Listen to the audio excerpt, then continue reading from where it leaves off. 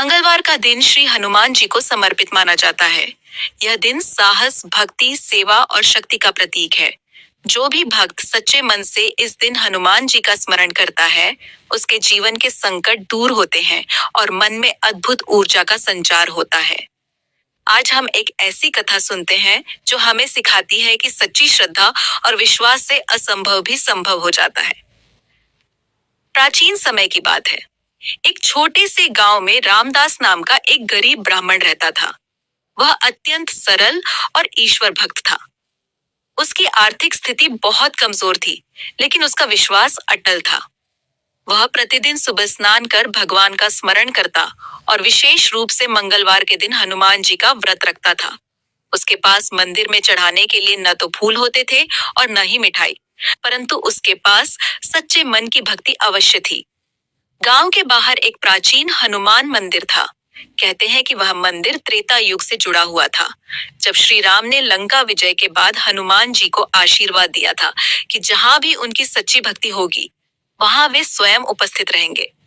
उसी स्थान पर यह मंदिर बना था। एक बार गांव में भयंकर अकाल पड़ा। खेत सूख गए, कुएं का पानी कम हो गया और लोगों के सामने भूख का संकट खड़ा हो गया। रामदास की स्थिति और भी दयनीय हो गई। घर में अन्न का एक दाना भी शेष नहीं था। उसकी पत्नी और बच्चे कई दिनों से भूखे थे। फिर भी रामदास का विश्वास डगमगाया नहीं। मंगलवार का दिन था। उसने निश्चय किया कि चाहे कुछ भी हो जाए, वह आज भी हनुमान जी के मंदिर अवश्य जाएगा। वह खाली हाथ मंदिर पहुंचा। उसके पास चढ़ाने के लिए कुछ नहीं था। उसने आंसुओं से भरी आंखों से कहा, हे संकट मोचन, आज मैं आपके सामने खाली हाथ आया हूँ।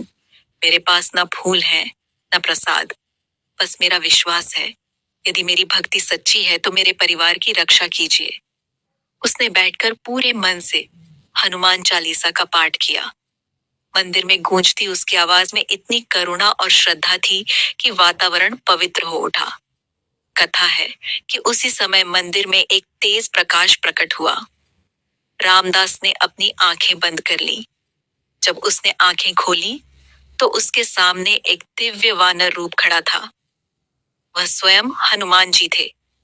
हनुमान जी ने मुस्कुराते हुए कहा, रामदास, तुम्हारी परीक्षा थी। तुमने विपत्ति में भी मेरा साथ नहीं छोड़ा।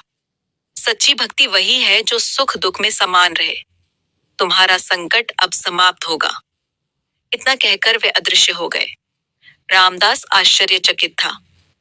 वह घर लौटा तो देखा कि उसके आंगन में अनाज के कई बोरे रखे हैं। कुएं में पानी भर गया है और खेतों में हरियाली लौट आई है। गांव के अन्य लोगों के खेत भी लहलहाने लगे। सबने समझ लिया कि यह हनुमान जी की कृपा है। धीरे धीरे गांव में समृद्धि लौट आई। रामदास ने कभी भी अपने चमत्कार का घमंड नहीं किया। वह पहले की तरह ही विनम्र बना रहा। हर मंगलवार वह मंदिर जाकर दीपक जलाता और दूसरों को भी भक्ति का संदेश देता। उसने गांव में एक अन्न क्षेत्र भी शुरू किया, जहां कोई भूखा नहीं रहता था। इस कथा से हमें कई शिक्षाएं मिलती हैं। पहली शिक्षा ये है कि सच्ची भक्ति में दिखावा नहीं होता। हनुमान जी को धन या वस्तुओं की आवश्यकता नहीं, उन्हें चाहिए सच्चा मन। दूसरी शिक्षा ये है कि संकट जीवन का हिस्सा है, परंतु जो व्यक्ति धैर्य और विश्वास बनाए रखता है, उसकी रक्षा स्वयं भगवान करते हैं।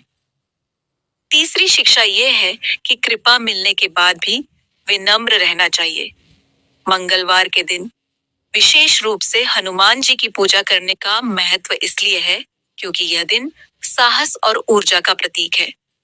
जो भक्त इस दिन व्रत रखते हैं, हनुमान चालीसा का पाठ करते हैं और जरूरतमंदों की सेवा करते हैं, उनके जीवन से भय और नकारात्मकता दूर होती है।